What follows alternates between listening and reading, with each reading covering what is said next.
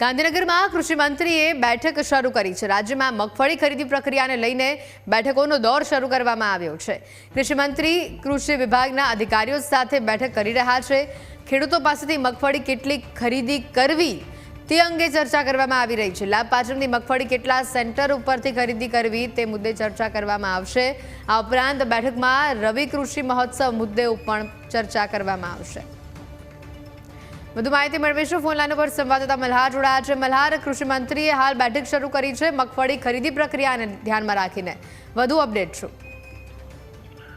ચોક્કસથી રાજ્યના કૃષિ મંત્રી જે છે તે સોમવારના શરૂઆતથી જ પોતાના કાર્યાલયમાં બેઠકોનો દોર જે છે તે શરૂ કરી દીધું છે। ત્યારે કૃષિ વિભાગના મુખ્ય અધિક સચિવ જે છે અને અન્ય કૃષિ વિભાગના જે અધિકારીઓ છે તેમની સાથે જે છે તે રાજ્યના કૃષિ મંત્રી બેઠક કરી રહ્યા છે। જો કે મળતી માહિતી અનુસાર આ બેઠકની અંદર જે લાભ પાચમને ટેકાના ભાવે જે મગફળી ખરીદી પ્રક્રિયા શરૂ થવાની છે તેને લઈને જે છે તે બેઠકમાં ચર્ચા કરવામાં આવી રહી છે। ખાસ કરીને બેઠકની અંદર જે છે તે કેટલી મગફળી ખરીદી અને કેવા પ્રકારનું આયોજન રાખવું તેને લઈને જે છે તે તૈયારીઓને લઈને આ બેઠકમાં ચર્ચા જે છે તે કરવામાં આવી રહી છે। આ ઉપરાંત કૃષિ રવિ મહોત્સવની પણ આવતીકાલે હાલોલ ખાતે જે છે તે ઉજવણી થવાની છે, એટલે કે તેની પણ રૂપરેખાને લઈને પણ બેઠકમાં જે છે તે અત્યારે ચર્ચા કરવામાં આવી રહી છે।